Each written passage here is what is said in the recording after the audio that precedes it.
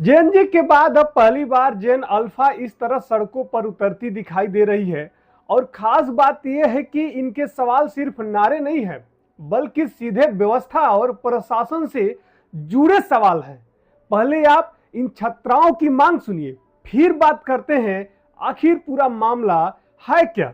Prakash Narayan Sarvodaya Balika Vidyalaya Mohan road Lucknow से है। यहाँ वहाँ टीचर्स नहीं है स्कूल में। फिजिक्स केमिस्ट्री और बायो के नहीं टीचर है। 6 महीने बाद हम लोगों का बोर्ड आने वाला है। क्या पढ़े, कैसा रिजल्ट जाएगा। और टाइम मैनेजमेंट तो बिल्कुल नहीं है। 9 बजे से स्कूल लगता है, 4:30 बजे छुट्टी होती है। ये भी कोई टाइम है?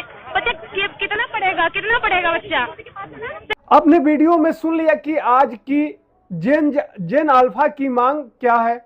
अब जरा एक सवाल सोचिए, क्या आज के छात्र पहले जैसे छात्र हैं जो सरकारी सिस्टम जैसे चलता रहे वैसा ही चुपचाप सहते रहे? नहीं बॉस, ये 2026 के जेन अल्फा है। अधिकार क्या है ये इन्हें पता है, और जहां जानकारी नहीं मिलती वहां पूछने के लिए इनके पास एआई है। यानी जानकारी हासिल करने का तरीका भी बदल गया है और सवाल पूछने का अंदाज भी। उत्तर प्रदेश के राजधानी लखनऊ के पारा स्थित जयप्रकाश नारायण सर्वोदय विद्यालय में सुविधाओं और व्यवस्थाओं को लेकर छात्रों का गुस्सा सामने आया। शुक्रवार को छात्रों ने प्रदर्शन किया था। इसके बाद सोमवार को विद्यालय की छात्राएं भी अव्यवस्थाओं के खिलाफ सड़क पर उतर आई। छात्राएं स्कूल परिसर से बाहर निकली, नारेबाजी करते हुए पहले दुबग्गा बाईपास पहुंची और फिर जुलूस की शक्ल में बालंगा चौक पर पहुंची। यहां छात्राओं ने सड़क पर घेरा बनाकर बैठकर प्रदर्शन शुरू कर दिया। देखते ही देखते मुख्य मार्ग पर यातायात प्रभावित हो गया और वाहनों की लंबी कतारें लग गई। लेकिन सवाल ये है कि आखिर छात्राओं को सड़क पर उतरने की जरूरत क्यों पड़ी। छात्राओं का आरोप है कि विद्यालय में फिजिक्स केमिस्ट्री सहित कई महत्वपूर्ण विषयों के शिक्षक तक नहीं है, जिससे उनकी बोर्ड परीक्षा की तैयारी प्रभावित हो रही है। इसके अलावा छात्राओं ने खराब भोजन, बीमार पड़ने पर समय पर इलाज नहीं मिलने और दूसरी बुनियादी सुविधाओं की कमी को लेकर भी सवाल उठाए। प्रदर्शन की जानकारी मिलने के बाद पुलिस और प्रशासनिक अधिकारी मौके पर पहुंचे, छात्राओं को समझाने की कोशिश की और उनकी मांगों को शासन तक पहुंचाने का भरोसा भी दिया।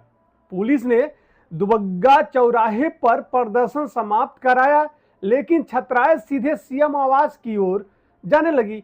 उन्हें बालागंज चौराहे पर रोक दिया गया। आखिरकार करीब 10 बजे अधिकारियों की ओर से ठोस आश्वासन मिलने के बाद छात्राओं ने धरना समाप्त किया और यातायात बहाल हुआ। जब एक और महत्वपूर्ण बात, इससे पहले शुक्रवार को भी इसी विद्यालय के छात्रों ने अव्यवस्थाओं को लेकर हंगामा किया था। उस समय समाज कल्याण मंत्री असीम अरूण और विभाग के निदेशक अनुराग यादव मौके पर पहुंचे थे। छात्रों से बातचीत हुई और व्यवस्थाएं जल्द सुधारने का आश्वासन दिया गया।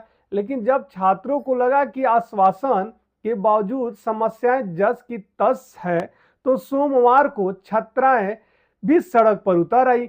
और यहीं से कहानी सिर्फ एक स्कूल की नहीं रह जाती है, कहानी है आज के बदलते युवा की। आज का युवा सिर्फ आश्वासन सुनकर घर वापस जाने वाला नहीं है। उसे अगर लगता है कि उसका अधिकार नहीं मिल रहा है तो वह सवाल करेगा, जवाब नहीं मिला तो आवाज उठाएगा और जरूरत पड़ी तो सड़कों पर भी उतरेगा। जेन जी हो या जेन अल्फा, अब सिर्फ आश्वासन से काम नहीं चलेगा। युवा ये जानता है कि सरकार किस काम के लिए चुनी गई है और प्रशासन की जिम्मेदारी क्या है। इसलिए सरकार और प्रशासन के भी संदेश बिल्कुल साफ है।